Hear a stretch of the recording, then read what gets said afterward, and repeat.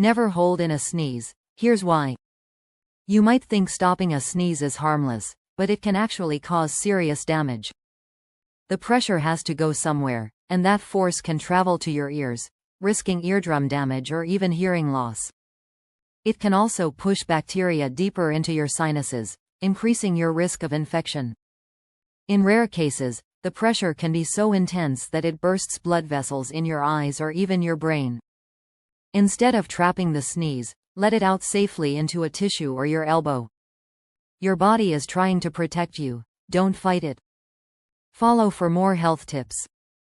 Your health and well-being are our top priority.